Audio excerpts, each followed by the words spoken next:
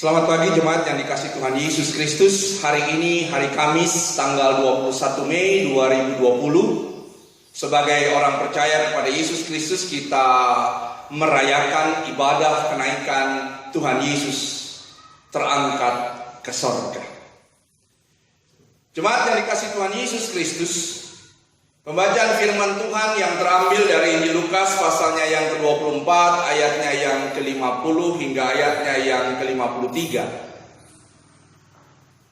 Berbicara tentang saat-saat terakhir di mana Yesus bersama dengan muridnya setelah ia bangkit dari kematiannya,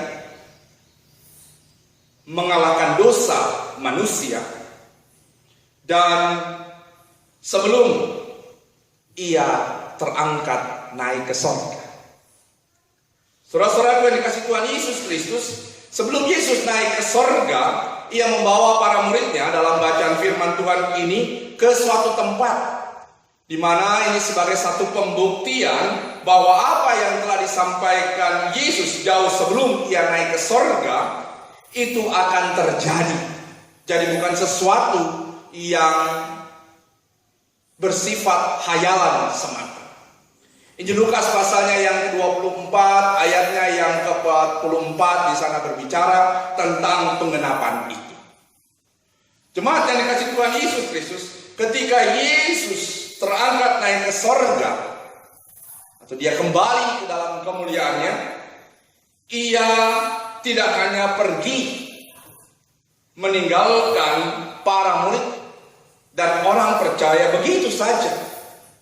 Sebaliknya, Yesus meninggalkan kesan yang membuat para murid menjadi yakin dan percaya atas apa yang telah mereka lihat, atas apa yang telah mereka saksikan, dan atas apa yang telah didengar oleh mereka dalam perkataan-perkataan Yesus, dan atas apa yang akan mereka lakukan dan apa yang akan mereka kerjakan setelah mereka tidak lagi bersama dengan Yesus.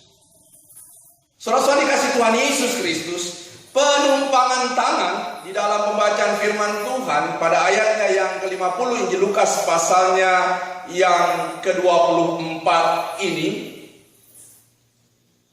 di mana hal itu dilakukan oleh Yesus sebagai satu tanda bahwa murid-murid akan mendapatkan penyertaan. Murid-murid mendapatkan tugas untuk melanjutkan apa yang harus mereka lakukan.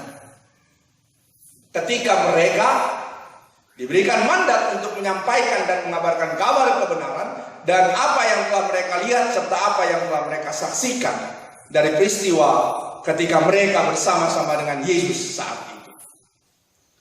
Dan pastinya, saudara-saudara dikasihi Tuhan Yesus Kristus, kepergian Yesus sebagai suatu cara untuk mempersiapkan tempat bagi umat manusia, bagi para murid dan mereka yang percaya, untuk memperoleh tempat di mana kemuliaan menjadi bagian yang nyata atas hidup orang beriman, atas hidup orang percaya.